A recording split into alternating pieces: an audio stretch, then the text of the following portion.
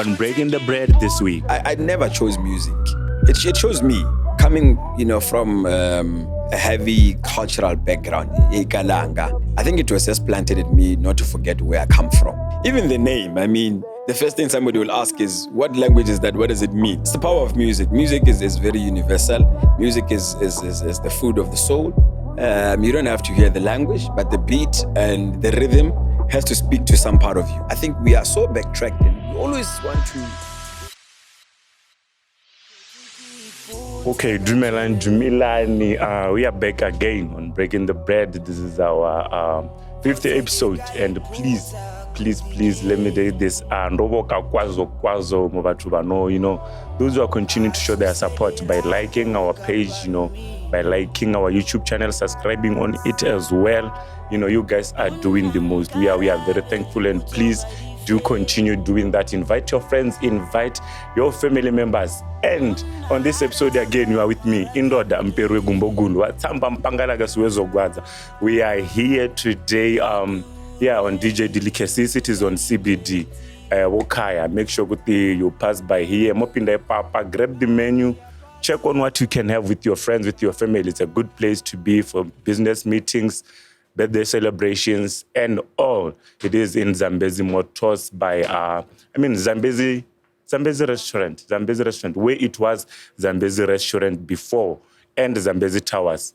Mode office in Seleta, Samapodisimo CBD, Wapaledo office and that DJ Delicacies. This is where we are, and we are thankful for them being, the guys behind what you see now, being the guys who are, giving us this place. And today we are with none other than this Ikalanga icon, who is well-known and multi-award-winning Kalanga singer. He's a songwriter, he's still guest, and his songs are always, if not 90% but 100% of his songs are always on Kalanga. I don't know how he does it, but we are with none other than Lizibo. Kazasha Dumilani. Mtombo kuchanwan. Why half?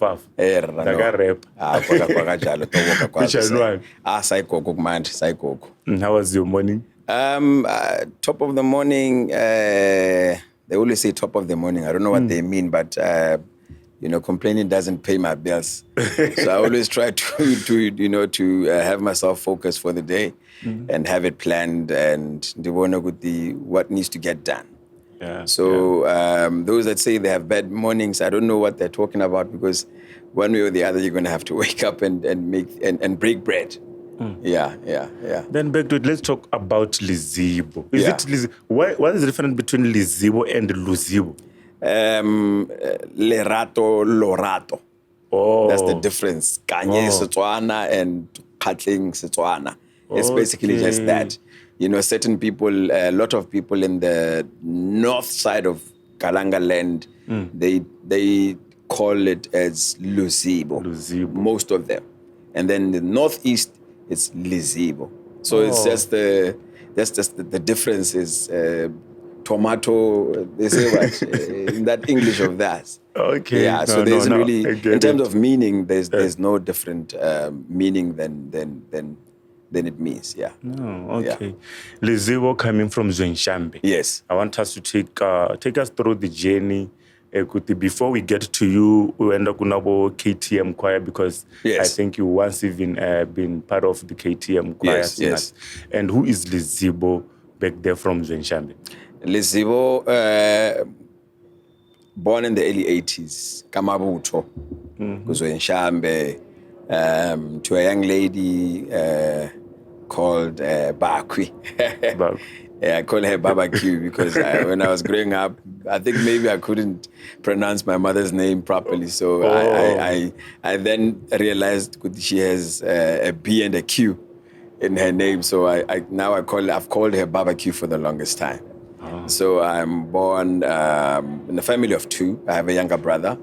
We were raised by a single mother. Like most of us were born in the 80s. Not all of us, but most of us. It's not a good thing, but it's reality. And I'm born from a very religious background. My grandmother being, the contributing factor. You know, I don't think I'm anything out of the ordinary in terms of special. You know, the way I grew up from those that are born in the early 80s. A lot of us were raised from a young age by our grannies. You know, and then at a later stage, you know, when she is old enough to call you and to go and live with her, that's exactly what happened. I remember when I was growing up, one of my uncles, my mom's older brother, I found out he was also a ballroom dancer in his day. And I also have the sweetness, the sweet tooth for dancing at some point. My mother also was I understand, a superstar. Ikalanga Hosana ne Ndazula dancer in her heydays. So when I say I come from a religious and art kind of a family, I'm not just saying it for sure.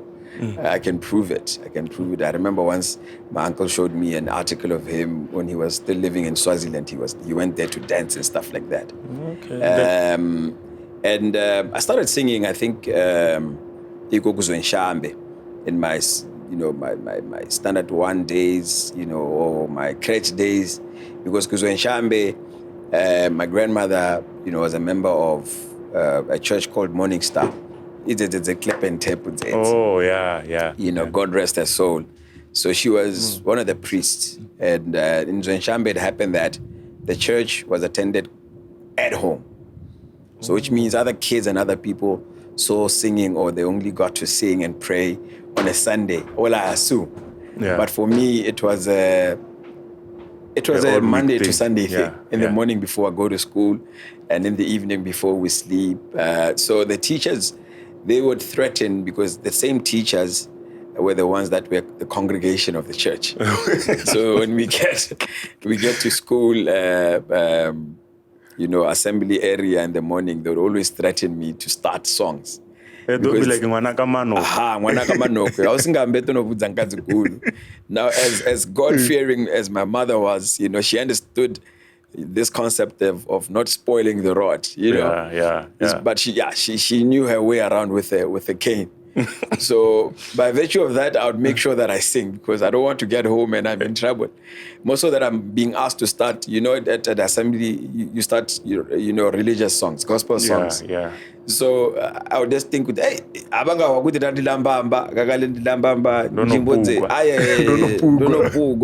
So by virtue of that, I give thanks to those teachers. You know, back in the day, when I was still in primary, we used to have these teachers, the TS, Yeah. So they used to have going to choirs. So I remember vividly, my grandmother would send me to go fetch water, to stand pipe, Chenzi. This is late in the afternoon, after school. I would always find them practicing by the teacher's quarters. This Tanto Wurukutu choir. And I'd leave the wheelbarrow and jump over the fence and join the choir. And I'd always get a hiding for that. At the same time, she wanted me to sing, so I never really understood Kuti. But I talk about that because it's part of you know, the way I was raised, and it was a very important stage in my life. You know, my leaving the wheelbarrow to go sing with the choir, it had a lot of impact. It made sure that I became very consistent in the music, you know, the music part, which is in me. Because like I said, I saw music at home in the morning. If it happens, it's a Saturday, I know my grandmother would be singing the whole day. So whenever I would visit, you know, other people, and I find such not happening, I'd find it very strange. You guys don't sing in the morning when you wake up. So you guys don't sing when you sleep. Yeah. So so basically, when you talk about Lizibo,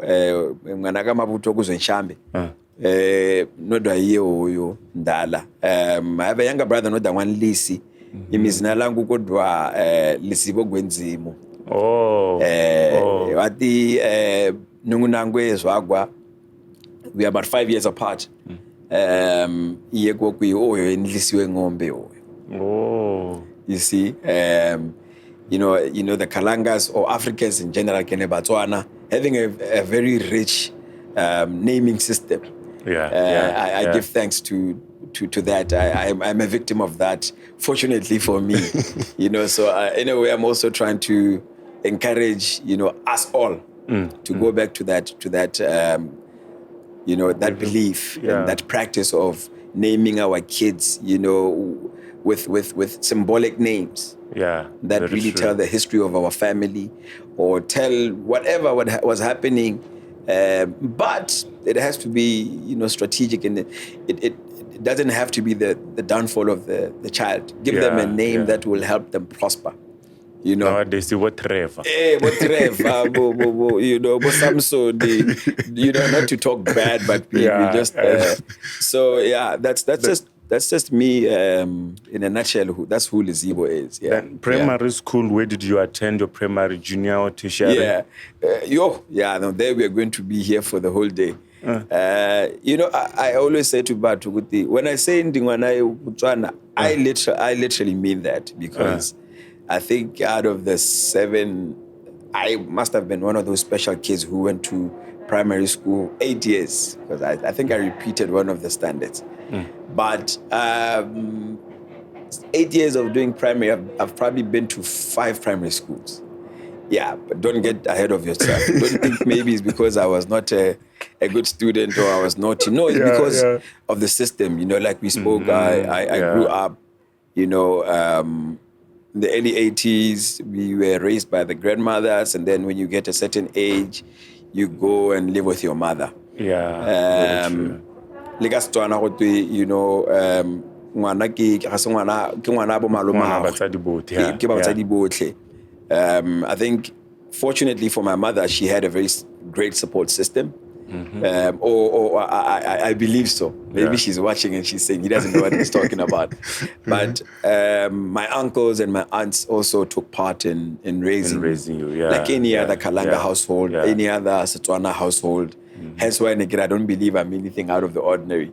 So from Zoenshambe, I think I did start at 1, 2, 3, and then I went to Gaborone, 1993. A huge cultural shock.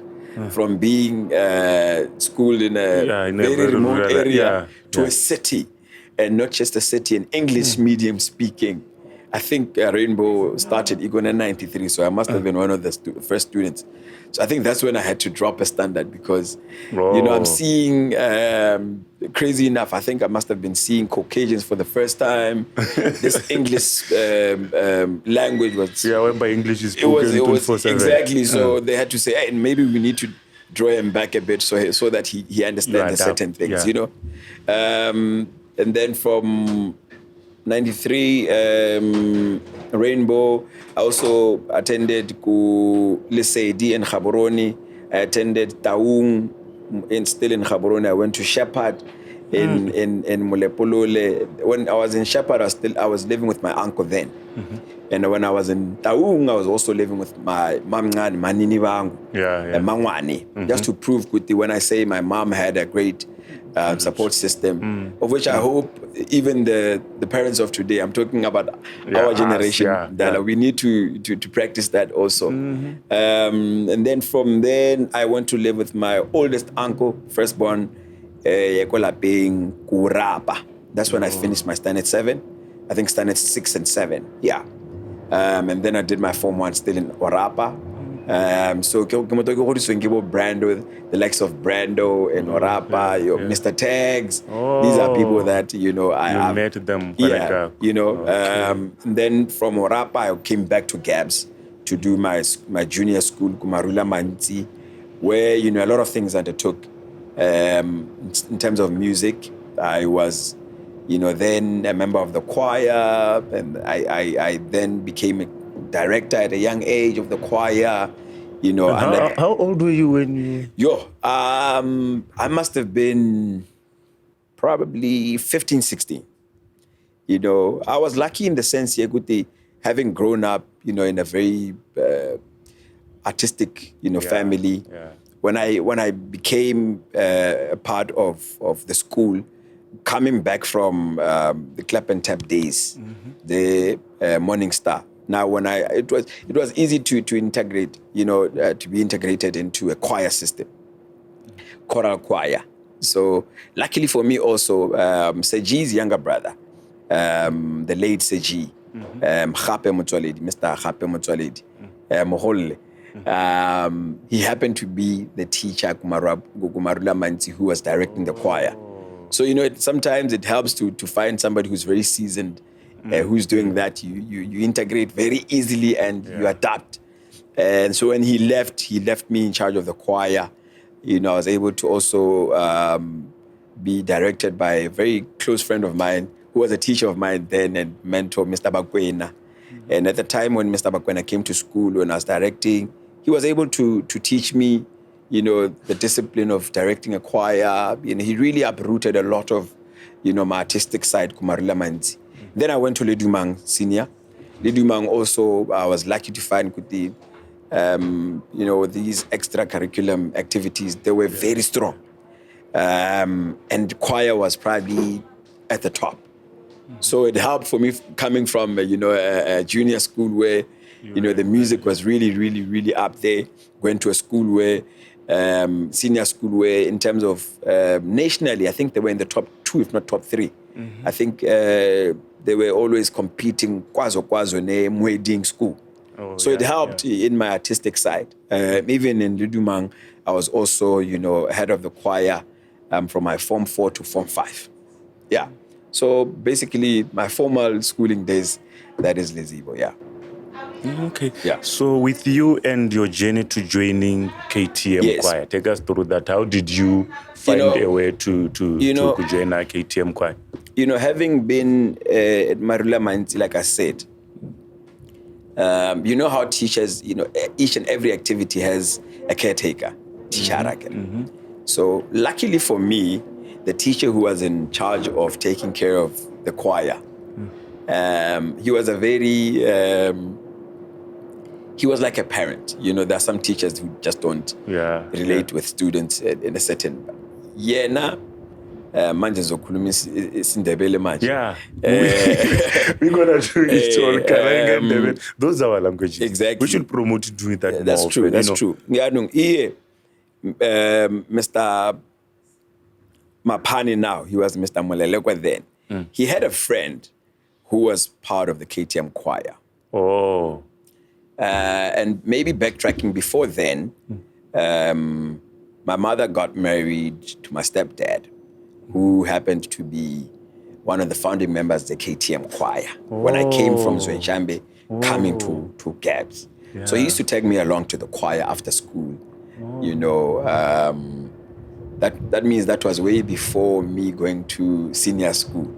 Because there was a moment where we detached when I went to live with my uncle in Orapa. But those years, that's when I was really introduced to KTM. But and then fast forwarding to my Marula Manzi days, that's when I then got to be introduced to the choir through my teacher. When we went to competition, Lizibo Bw, that's when he spoke to his friends. I have this kid. He also directs the choir, but he's extraordinary. He used to call me Maestro. How about you guys see if you can have him on the choir? Yeah. And he gladly obliged, and he arranged for me to go, audition. Everybody who's watching this, don't think because my stepfather was a member of KTM. That's how you went. It was a special arrangement. No. I went through the system like everybody else. I auditioned. Audition and everything. Yes, there's auditioning process. I think there's auditioning, and then there are callbacks and stuff like that. They really check your knowledge with music, in terms of theory, in terms of your artistic ability, and just the knowledge of music. So we came. He arranged for the audition, and I didn't tell them what my stepdad is one of the founding members, because I was afraid they might want to give me special treatment. So I that's how I got introduced into KTM. I passed my audition. I only told them who I was after I passed. But now the problem was that the constitution of the choir was only allowing a person old enough to vote. who was then required as an adult. But I was 16 years. So then there was a problem of the 2 years interval. Okay. KTM was not willing to let me go for those 2 years because they were like, this is the future of the choir. If we let him roam around and do whatever he wants to do those 2 years, who says he will still be interested in this thing? Or maybe he would go to a different choir. So they had to go and speak to my mother and come to some special arrangement. My mother said no for the first year, and I'm sorry, Mom. And she knows by now that I defied the odds and I attended for that year without her knowing. Until I got caught one time. So you did go to the choir without your mom knowing? Oh yes. Because the first year she was really adamant and said, no, he's still a kid, he's still doing his formal schooling. You know, I don't want any trouble in that regard. But I couldn't keep away. But those were the days where you can get whipped for that. Yeah. No, go straight. No, I had to find a way. Because remember, like I said, I never chose music. It chose me. Yeah. So to tell you the truth, music chose me. So that was the situation. Was I went to the choir for a whole year. The choir was under the impression that I told them no, everything is okay. She's allowed me to come. But I was deceiving them. It was important for me to be part of the choir at the time, until I got caught one time. Back then, Mr. Disho was the conductor, and then the KTM structure was much more harsh than it is today. But I have to tell it like it is. You were never told, or no, you are the one who sings this song. Then, when you're on stage, Mr. Disho will then choose. It allowed for everybody to not be comfortable and learn songs. So you never know, but tomorrow you'll be told, Gubogulu, today Gomba. So, but nowadays I see in many choirs, there's a certain somebody who, he sings this song, which is not right.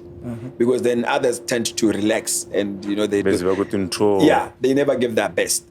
Then, that day, because the system was that you are not comfortable. The gentleman who always sings, there was this other song, Dangwa, Mama Timpe. That day, the gentleman who always sang the song, he happened not to be well. And somewhere in my head, I didn't think this is the day. I just thought, no, probably choose somebody. Yeah.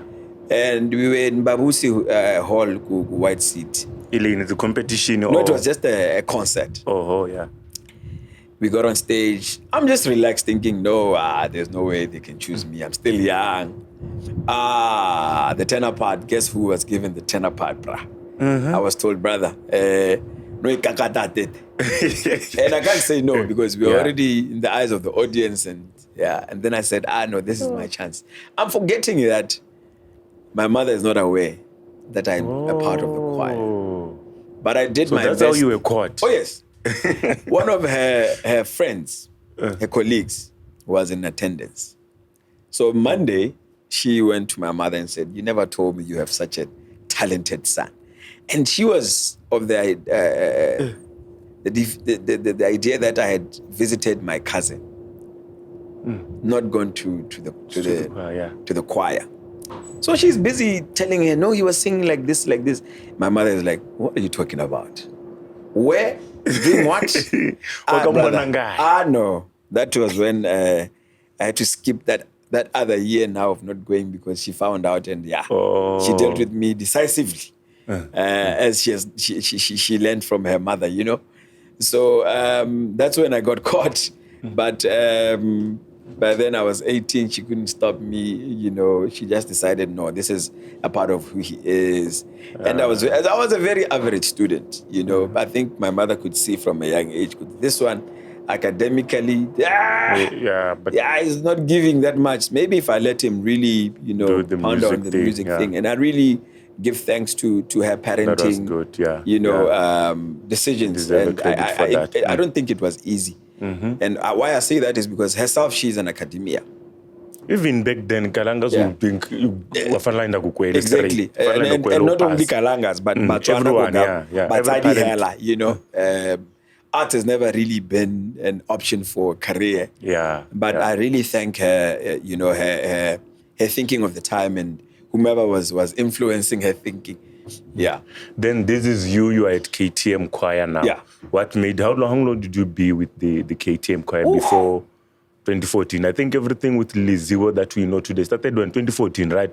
2014, yes. If I remember the first article on Botswana Daily News. Yes. So let's do the KTM Choir. Let's do the calculations. I joined KTM when I was doing Form 2. That was 2001. Oh. And I left around about Igobuma 2014. That was long enough. So yeah, that was long. Enough. That was long. And I was the youngest, by the way. I still hold that cup of being the youngest to sing for KTM Choir. Yeah, those are just good days, man. Okay. But yeah, that was how long I was a part of the choir. Being the second generation. I say second generation because my stepfather sang for the choir. So I was the first. You know, and some other people that say, hey, but guys, that's reality. That's just me, reality. You can't change it. You know, I can't change it even if I like, yeah. So how was the transition? Leaving KTM Choir? Was it just simple to say, sharp or? No. It was easy because, you know, Seji, the late Seji, the founding member of KTM, used to say KTM Choir in itself is not a choir, but it's an organization of excellence. The Constitution says when you reach 40, you are supposed to move on to other, you know, things in your life. But there's still others who have stayed long. But in my case, through the structures of KTM, the facilitation of, being introduced to different genres of music within the space, like your opera. I'm a classically trained tenor. I've sung opera, and I was then, inspired to form a group called Royal Tenors. At the time, in the early 2000s, there was an international group that sang pop classical. It was called Il Divo. Il Divo then inspired me to form my own quartet of 3 gentlemen. It was called Royal Tenors. So that was the transition. And the KTM Choir management or community they really supported that because they knew they are the reason why I'm growing. I'm spreading my wings. So it was an easy transition. I'd never got any, pushback from KTM. Yes, I missed, rehearsals here and there. And because then I used to have a 9-to-5, sir. Oh, you did? You did work? I did a bit of retail at Standard Bank, Standard Chartered, Barclays at the time, and then I also worked with Orange Call Center, and MultiChoice was my last destination.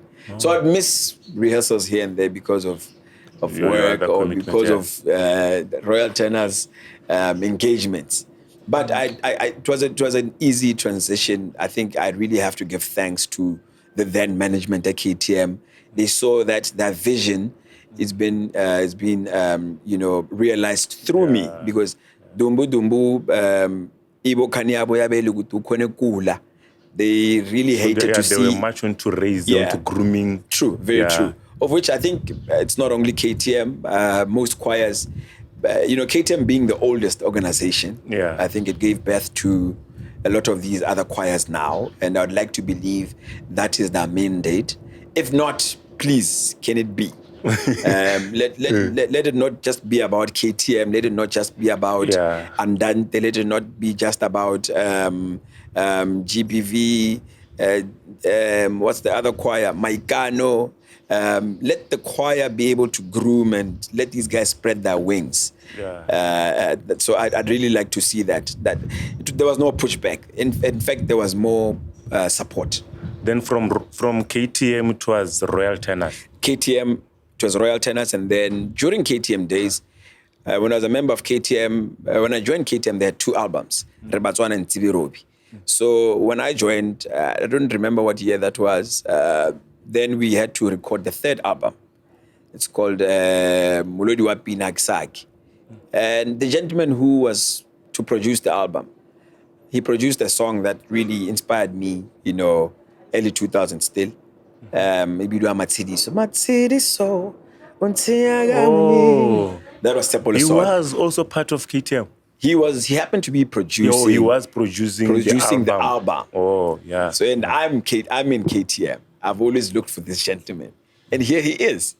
Oh. So after the choir recorded, I got his contacts. I went back and we spoke. And fortunately for me, he was also of the idea that I saw this young man in this choir, and he seems his voice is a bit standing out. There's something there. But now it was God's intervention that I went back and initiated the idea of me recording, and he accepted me. He took me on as a project. He mentored me. So that's how I transitioned from KTM Royal Tenors, KTM, and into the pop culture. Yeah.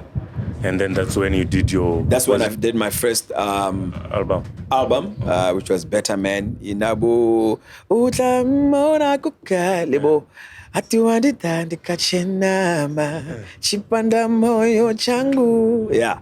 So that was the first album, 2013. Yes, 2013. So yeah. And I must admit, he really took me on as a project.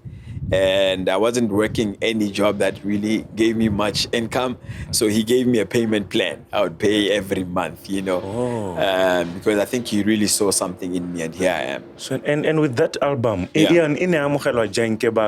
that was, I think, an album Lizibo. I don't know whether with the nominations boom. Yeah. Yes. Hey. So Sabatswana bana ba ya amogela rights wa betlo ba utlwe go mokaragana bana ba ya amogela rights. Look, I was something new, something fresh. Yeah. And by the mere fact they had not heard Ikalanga Afro pop sound. Yes. So it really gave me an edge. Hence why when I was nominated, I was able to scoop all those. I think I was the one with the most nominations and winnings that year. That night, on that night. Yeah. So by virtue of it, I distinguished myself, a bit by, singing in Ikalanga and in an Afro pop genre. Getting there, what inspired you? I think everyone would believe for you to sing or to sell a product, it's when the consumption like everybody. But then I would think Ikalanga was not. Who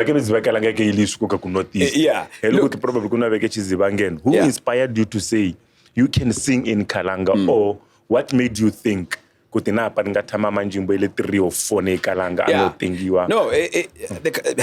coming from a heavy cultural background, Ikalanga, I think it was just planted in me not to forget where I come from.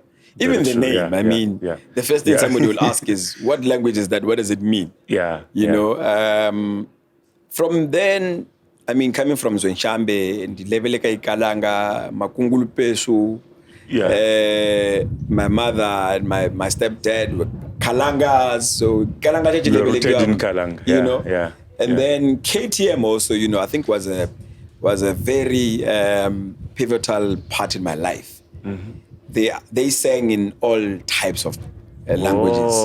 There's Pinayas Kalahari. I don't speak Kalahari, but when I meet a Kalahari, I would always refer to the lyrics as Kalahari. So Bogurunji Bawe, Ndagaimbagu KTM. That's the song KTM yes. And then there's Mochibona Chanana Chingapa. Chakasia ngwanaku makula. It was sang at KTM. Yes, it was. So it was. When I say music chose me, even Ikalanga was always. It was always normal for me to sing Ikalanga. Coming from Zonshambe, Timbabo, Boamaloli, Boakundi Lele Mbijana. And then the one Kunzi Kolebele Ikalanga, KTM makes it easy for me to think, Ikalanga is natural. Even in the city they sing in Ikalanga. when I met Tshepo Lesole, I also met another friend of mine who became a mentor. He's a senior in the music scene, Mosako. They even, inspired me and encouraged me to stage with my real name because it was very unique. So having them being part of my early mentorship bracket, it really helped me. Especially Masako. I think Masako was always the one who heard something different in my voice, and he would always say, haven't you ever tried singing Kaskalaka? Now, a lot of people don't know Masako is half Xhosa, half Motswana, half Ngwatu. I didn't know that as well. So by that virtue, that means he listened to a lot of Xhosa music, your Ringo Madlingozis. So he would always say, you remind me of Ringo. Have you never tried? So he's also one of those people who really planted it in my mind. So when I went to Tiles, the first year of me meeting Tshepo Lesole, I also spent a lot of time with Masako. So he'd always talk about this, and I did that. Told him, no, I have a song, and it goes, and then he said, cool. But now because, Kalanga was not a very popularly sang language at the time, I had to translate in Setswana. That's why the song Yawa Kanaka, and then it goes to say, Untatile kaseofala senaka sami periferia mielele. Just to, So that was meant for Motosa. Yes. So that was how easy it was made for me to try. At the time, it was not deliberately thought of as a business, but, growing. And I always say to my compadres in the music fraternity, you must be always open to learning new things. So I started following people who now were doing this as a career. Obviously, I had to change my ways and acquire the soft skills, acquire the knowledge about the industry. And whenever I meet a fellow musician who is doing better or who is much more established, I stop saying, I just ask for a fish. Asking for a fish, I'm talking. You see somebody who does whatever you want to do and say, let's collaborate there and there. How about, learning the ropes, having a conversation? So I met people like Bomosako, I met people like Bo VS at the time, and I had these conversations. Hence, I think I was able to stay consistent this long, And so, that was how it was made easier, meeting these gentlemen who gave me the tools. Gone are the days when you are told, no, work hard. No, work hard how? Give me the tools. Tell me to go back, look at my culture, and use my culture to stand out. I've traveled. You did stand out. Yeah. I've traveled to Dubai, I've traveled to Mozambique, I've traveled to Korea. And having been from Botswana, but singing in a dialect that they're not aware of, I always stand out, and I always have to explain this is Kalanga, one of the languages that people will be interested into learning, into wanting to know what are you talking about. So what is the point of you always, hammering your English, singing in English? I'm sorry to say, but you don't stand out. Doing podcast in English. That's your, but you don't stand out. You'll always be part of the statistics, and others. But if you use something that's going to make you stand apart from them or stand out, look, there's no way how you can go wrong. But as time went on, I understood, okay, there's a certain group that's not being catered for music-wise. How about, like you were saying, 80% of my music is Kalanga. How about, and I looked at the numbers and, they correlated. They were giving me good numbers with, there's business. Government is supportive of the fact that there's a young Motswana who is doing a different, supporting and promoting one of the languages that's highly spoken in Botswana. And I must say, I'm one of those youngsters who, made it cool for others, the sacrificial lamb. Everyone has to. You know what I mean? So I stand very tall, not in the literal sense, but I stand tall and say, I have friends who then thought of, but if Lizibo is doing in Kalanga, I have a friend of mine, Ubidu Peach. And I know he's always said, you've always inspired me. And he sings in R&B, that's why we need to to go. But now it's been sustainable for me to say, look, I need to stick in the Kalanga side. But, from time to time, I jump and taste the Setswana side a bit, but not forgetting Guti. This is also a legacy. It's a very spiritual journey, sir. It's not just legacy. I know that I'm going to inspire a lot of kids. Parents, when they have conversations with their kids, they say, but look at Lizibo. Yeah. He's not ashamed where he comes from. Somewhere, somehow, if they have 4 kids, maybe one will hear. That's something. Yeah. Then let's go to the issue of back then. Yeah. Both social media in certain re bona Lizibo mo go sona go tsa rupa go no santse go le kwa tlase. Yes. That's why I've been mentioning that the paper that I saw you first, it was Daily News, which means we relying much. Yeah. Okay. That article on 2014. Yeah. The Daily News. Is it? That's the article in Yeah.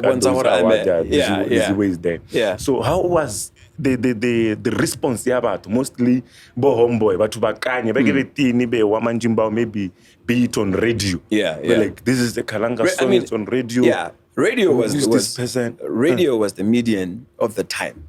Yeah. And speaking about social media, I just had a thought. I just remembered who got me to join Facebook. The great Apollo Diablo. Ikalanga, another Kalanga brother. I remember. Where's Apollo? He's around. He's around. He's around. I remember we met in BBS and he was talking about, hey man, are you on Facebook? I didn't know what Facebook was, but he really pushed me and said, no, you've got to get on Facebook. And I got on Facebook. But then I think that the main medium was radio. And the response then of people seeing me from Smallingen gigs. I do a lot of weddings. When they're told that's Lizibo, they would come and appreciate and say, hey man, we really appreciate you taking, the torch and really sticking for Kalanga, singers. And the response was quite huge. Even for non-Kalanga speaking people, they would always say, man, I never saw Kalanga in this light. They would always make jokes like that. But I think it's sort of gave a lighter, side of Kalanga, and people started seeing Sekalaka in a different way. And I think I'm one of the people. I'm not saying I'm the only person. But I mean, we have the likes of Ndingo Jowa who's done it before me. Yeah. I would say, do you think, because literally, I think you are the first person to make Kalanga look sexy. You think so? Yeah, to make Kalanga sound sense. I think Kalanga has always been sexy. Who called their people Chupanda Moyo Chang? Those were the things like, this is sex. And no, but if you think about it, now there's always badala bakany. Yeah. But no hingisa this naughty lingo Ikalanga muchipanda moyo changu bufupa langu fupa yenyama yangu vile langu. I mean, I grew up around these old men and they were so good on exactly. But we'd always just laugh and never really take it seriously. It's like most of these successful comedians of today. If you go back in their times in school, there's always the class clown. Clown again. Yeah. We'd always laugh, but now they're really taking it upon the class clownness. They're taking it as a career. So I don't think I am the first to make Kalanga. I probably gave it more of a platform. Yeah. I mean, I have an angle like that. There's always even like Setswana bana bagolo gonna le monna mogolo mo gae le ngore re mitse ka go bua dinyao nyana a ntsa dinyao tseo ke ra tlaona batho mme ha o ka retsa puo ya teng. Same with Kalanga. So I will distance myself from that. But thank you so much for the compliment. I take it from a complimentary view. Okay. From 2014 up to the album Malebe. So was there something or the projects that were running there? Because the reason there's this other time you're near Malebe. That's when people again did come back to say Malebe. So I think Malebe so in your there's a friend of mine, a good friend of mine. He sings that song like he's a Kalanga, but she's not. She sings that song like she's a Kalanga. Yeah, it's the power of music. Music is very universal. Music is the food of the soul. You don't have to hear the language, but the beat and the rhythm has to speak to some part of you. Yeah. There were no projects in between. I think it was just singles within the Better Man album. I mean, the first single, I think it was Utlamona Kokai and then Wakanaka.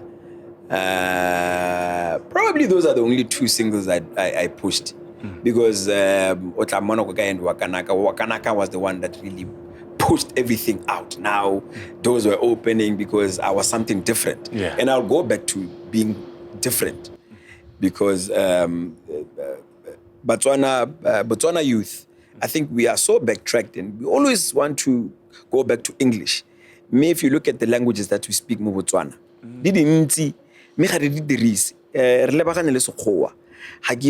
how are we ever going to expect for us to be different when we are doing the same thing that other people are doing, speaking the same very language that you can't sing, you can't expect, in my view, you can't expect to go very far singing R&B in Botswana. I'm sorry. It's a bit controversial, but when Asha and Chris Brown are there who are doing in that language, they're doing it far better than you. Yeah. They're in a first world country. But if you were to sing Kasasobe, for instance, don't you think you stand a better chance? Because those people in America will ask, what language is this?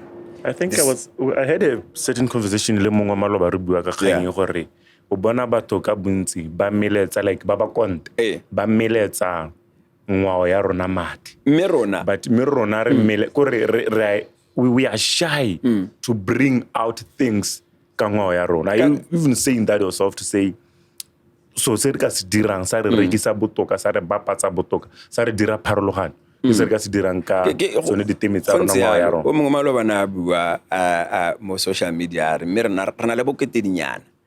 We are very selective. She was referring to how we copy a lot from South Africans, our fellow loved South Africans. And she was giving reference to the cultural side. She said, Botswana, you are so big on copying, certain things from Ngawea, Yasizulu. Being, she was talking about the religious side, Christianity. A lot of Zulus are Christian, but they do not forget the cultural practices. I remember we once saw this other pastor preacher the Zulu attire. Exactly. If you look at Church Yarashembe, they wear the traditional regalia going to church. Yeah. And she was saying, how about we let's be Christian, but let's not forget our culture because that's who we are. That's who we are. And in itself, the first president of the country once said, Chavez Nangwa, we're as good as Europeans, Malatinga, English, everything. So, na ibile na go tseding go bona go se bua na go etelle bitlela tlhoga me yop bana go lo panda o se bati kwatching up nasi nga kone level ka ikwa Monday to Friday aya nengo ndingapenga but it's the reality of things and one would say look that's where that's where the world is swaying. If we want to be in the same train, so be it. That's just how it is. Yeah. Then let's go to this Lizibo now, who is maybe well known, if not half of the Botswana, but everyone in Botswana knew Kuti. Now there's this gentleman. Stop it, I like it, man. Stop it, I like it. Yeah. There's this gentleman, Ikalanga, Kaskalaka. Yeah. He's new into this. And how was the response of you being Lizibo Nwituru? Ngwana ka mabutokoga. Rodwa muzini ngina pando tenga chan nkaka ndo gwila kunzi. Kena pandile muhabroni ke akwa kereka sekiwe. Kiki Lizibo that Lizibo the transaction between Lizibo yo Leo ya anu yo na Izibo. You only Lizibo no putula manjimbo Ikalanga. No, the crazy thing is in my formative years, I think I've always been famous, and I say this not boasting. In my primary days, I was very athletic.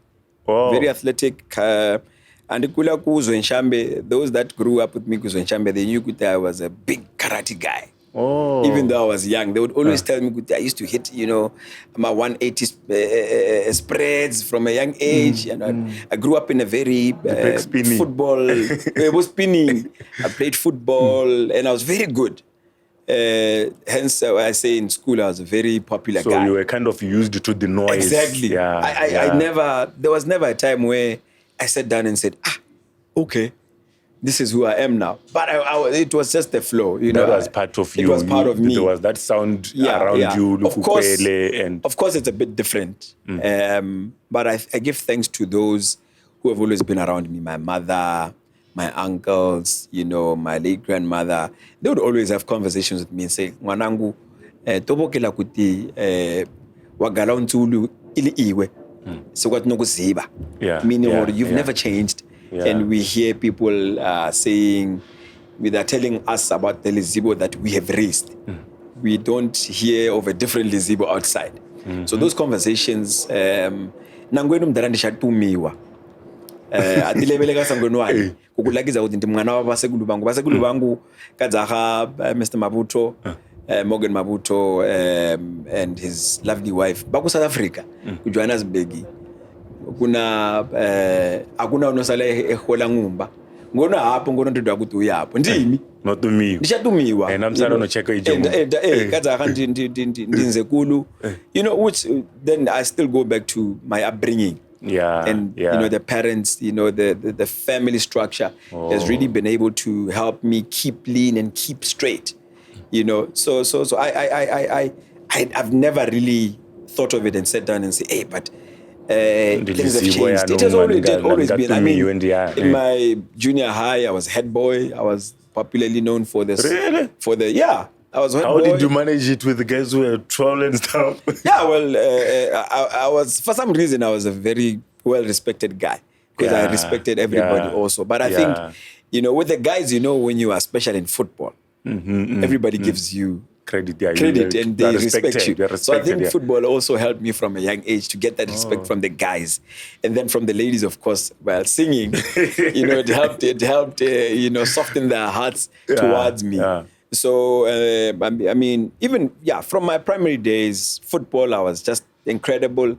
If you ask those I went to school with, Kurapa, they'll tell you even my traditional dance was just impeccable. When I came to Gabs, let's talk about the choir. Football, I slowed down a bit. So the choir gave birth to the singing. You know, I was still head boy in junior high and primary school. Lidumang, I happened to be a senior prefect. So no one I was always loved by people. Then I think things change. That Lizibo over 2014, the Facebook would say this trend and today the Lizibo that we see today. How do you manage? I think I wouldn't say it's a pressure, but it's different between that Lizibo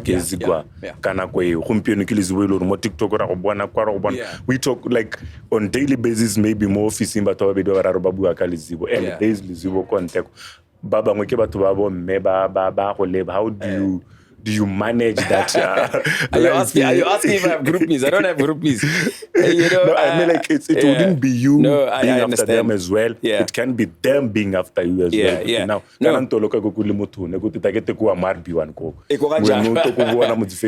look, I consider myself as an oldie man. I'm just 10 to 40, literally 10 to 40. But you have to learn the ropes of today.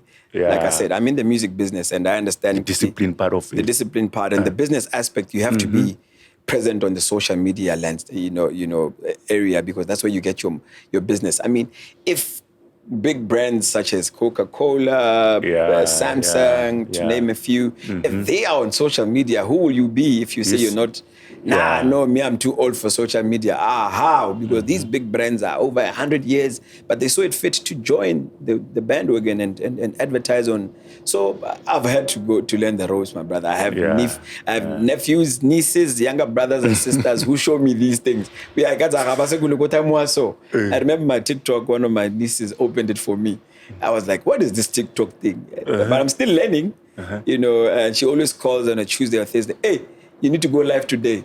I don't ask why. Just speak whatever you want to speak about. People will give you likes and they will follow you. The more followership you have, the more audience you have. You know, companies will look at your following and say, but this person, we can advertise or we can give them an endorsement and advertise a certain... You see, so you just have to grow with the times. You remember when we started, I said, in the entertainment sector, you have to be open to, you know, to learning every time. Yeah. Every time. Yeah. Your door of learning has to always be open. Not closed, not locked, but open. You learn things as time goes on. So I've had to, to make sure that I swing this way because it's the now factor. It's the now factor. We talked about when I started, social media was not there that much, but now I have to be present on. I remember yesterday I had a radio interview. I had 2 phones. I was live on TikTok. I was live on Facebook. They say TikTok is the town app and Facebook is the village app. Yeah, so you were both. Yeah, I was both. Yeah. So you have to adapt and. Being a businessman, being a music business person, I have to research and find out those that have done it or continued to do it, how they do it. Because if you don't look at this, that's research. It's just normal business research and yeah. Then I have this favorite question. This favorite question? Hey. It's not a bad question. It's a very, very good question. Yeah.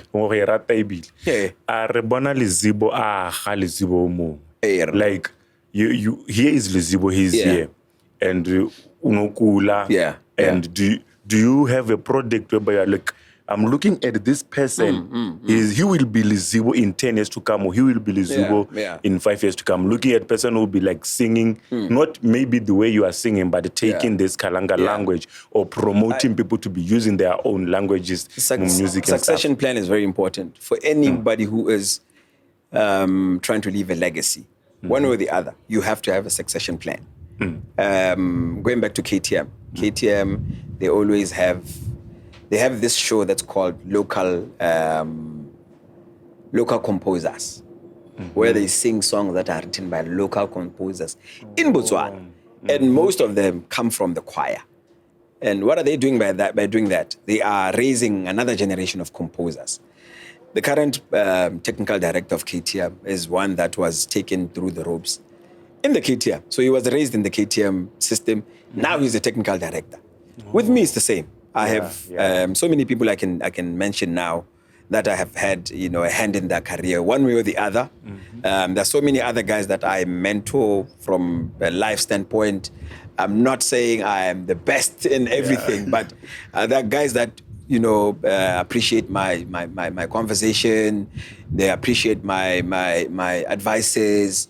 But musically, most definitely, there are so many young kids that I have had a hand in. I don't want to talk about it because it's not necessarily about that. Yeah. But I can definitely, confidently, strongly say I have those that I have had, to lend a hand because even though maybe someone would say, hey, but when I know Sahawak, you are not afforded that opportunity. Why would you do it for someone else? But look, I am very religious. I believe that, people forget that if you are a religious person, you will pray for something. You forget that you yourself, as Gumbagulu, you are somebody's prayer out there. You are somebody's answer. Yeah. So you pray for something. That's so. And God will choose to put your prayers on hold, but they will answer Lizibo by you. Yeah. Use you to answer my prayer. So I believe and I understand that I am a tool to be used by God. So if I am directed to your life, I have so many guys that I've had conversations, I've done songs with, I've written songs for, and I believed that no, this is God answering them by me. So I have a lot of them. One day I'll be able to speak about them. I give a now because they're not yet up there, Okay. And then there's this song of yours, Ndingoju. Yes. I think those are. It's one of the collabos that your followers or those who tune into this Kalanga music, they had looked forward to that. How was you're working with Ndingojua? What did you learn from him? Looking that he's one of Baneba they are doing it big. With him, I have sponged a lot of things. Not only musically, the history I've learned from Sachilombe is amazing. I will forever, cherish.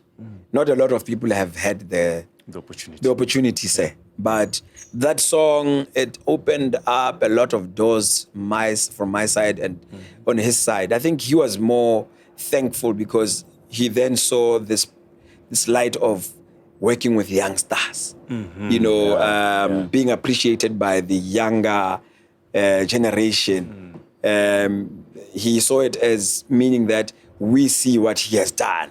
He was very appreciative. And if I was to explain or give you in detail what I've learned, the history from Sachulombe, man, I can only say I'm very blessed. I'm very blessed.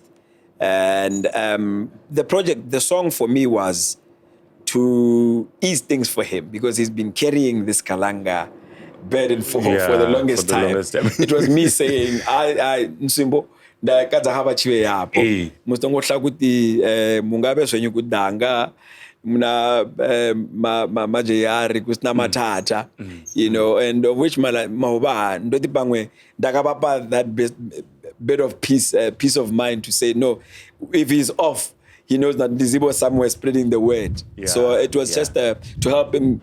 The English they use, what do they call it? They say baton exchange. As the oldies, we say baton, but it's baton. So it was more of the baton exchange. Passing on the legacy to me. And hence why your question, the reason why I make sure that I water into other guys is to do the same. He did it for me, not directly, indirectly. He never sat down with me when he said, my boy, I'm giving you this. No, I sat down and I said, but I have to take it upon myself to say, no, Mtala, you have done so much. We appreciate you. Let me carry it through, from here. So you can learn a lot of things from people directly and indirectly. Indirectly means just you learning from a distance and saying, I aspire to be like that person. I aspire to leave a legacy like that person. So that's what he has done for me. Very nice. Yeah. Going towards the end of our conversation, there's this Lizibo that we are seeing today, and someone out there is wondering, Lizibo no guy in 5 years to come. Are we gonna be seeing Lizibo and say Tipakulila Shano Gale Tipakulila Icho? Can Lizibo no change? I can't have to change. No, to follow Lizibo can't tell Lizibo ndi bile wachilasha. Kenenga ngaitswana zwe wachilasha. Guna mari.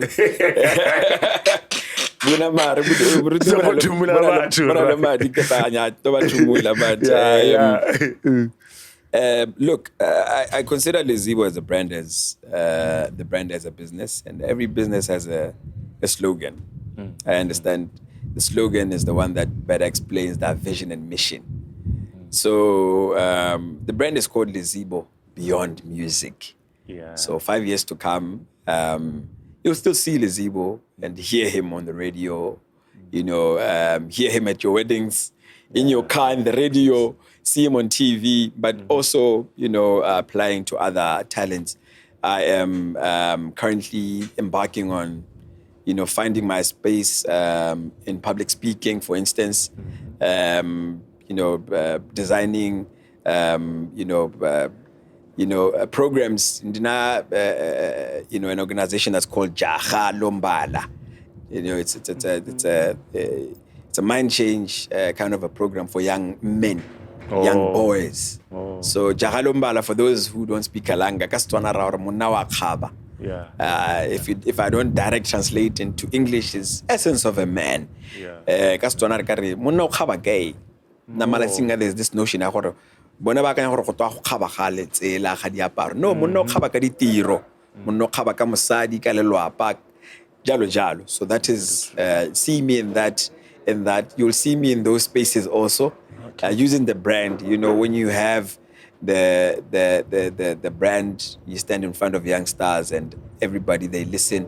You have to spread something that's positive. Very nice. The brand slogan is Lizibo Beyond Music. You'll see me in so many other aspects. Where do we see Jaha Lombala? Where could one get to link on to get to know much about Jaha Lombala? It will officially launch next year. It also happens to be my third album title.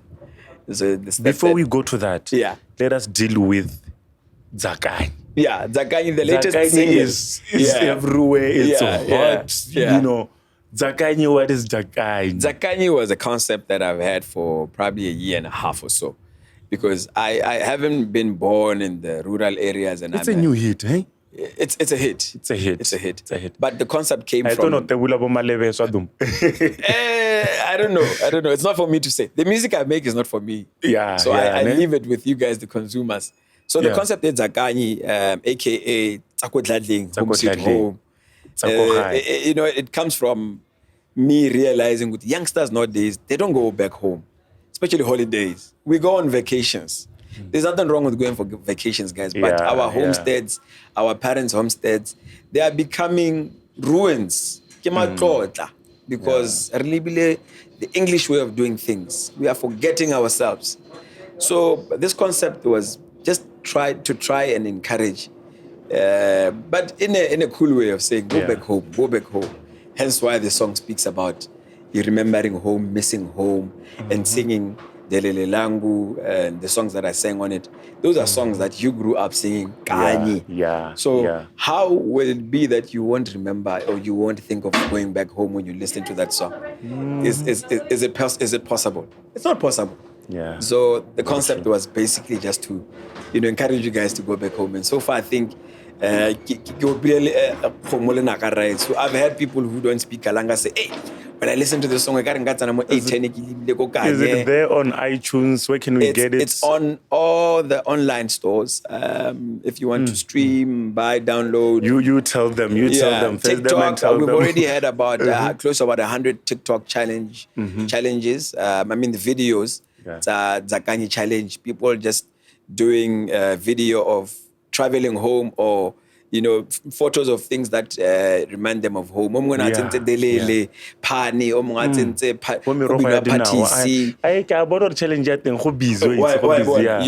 it was just a bit of a clever way of me manipulating the system and saying, you did win. Thank you so much.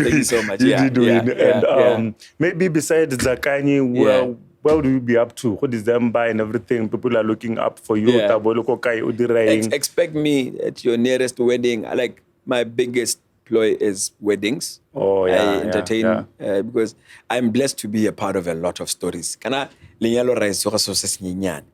don't take it lightly. Because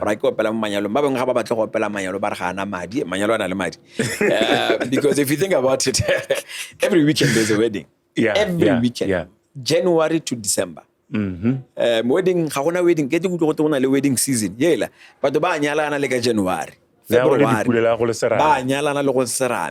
So expect me at your weddings. I'll be doing African attire. Go Francistown. Let's come Tarambala, the Kiba Zedzo. Let's wear those African. The Charlie Zedzo. I'll also be doing some events in the north side of the country. So mostly expect me at your nearest wedding because I'm that wedding guy. and lastly, I'm also planning to go on radio sometime next year. So also expect to listen to me on your radios much more frequently. Looking forward to that. Lizibo, thank you. Thank you so much for passing by. Thank you for chilling with Breaking the Bread team. We are so much blessed to have you around. We have learned a lot from you. And we're going to be looking forward to Zakanyi and expect is it a challenge? Challenge, yes. I'll be waiting, sir. I'll be waiting for that video. This was Lizibo Bw. Zakazu Nshambe. Yes. So today BNB was, what is it? Like the word Bangalala is it Kalanga? Like Bangalala. It's Kalanga. Okay. Kalanga. I'm normally like, is it Ndebele or Kalanga? I'm caught in between. I get mostly when we talk, we borrow a lot of Ndebele. But we are from the Nguni very true. line. Very so true. we if you listen to Venda, Swahili, Shona, we have a very wide range of similarities in terms of words. Very similar. So it's fine. Even if it's Ndebele, it's fine. Thank you so much. You guys, we are so thankful for having you around. And this is Breaking the Bread. And please, guys, do like our page, FB, do like our, follow us at TikTok. YouTube as well. You're gonna be seeing a lot of this. Breaking the bread. Who is next? Maybe Ndungojua will be our next guest. Who knows? Papa, you know, temupa your content. We are much gonna say we appreciate your support, you know, your following, your comments, and your inboxes. They motivate us. They make us do better. Whatever that we are giving you guys, your comments, your inboxes, and everything, they make us do better and, you know, give you what you want. The thing is giving you what you really want. From me, Indoda and Breaking the Bread, Tawoka Kwazo Kwazo. See you on the next episode. Cheers. So your loyalty made you reach this far. Thank you for watching the whole episode. Please remember, subscribe to our YouTube channel, turn on the notification button so that you don't miss any content from Breaking the Bread. And at Facebook as well, remember to like and follow our page for more content. This is Breaking the Bread and I am your host, Indod.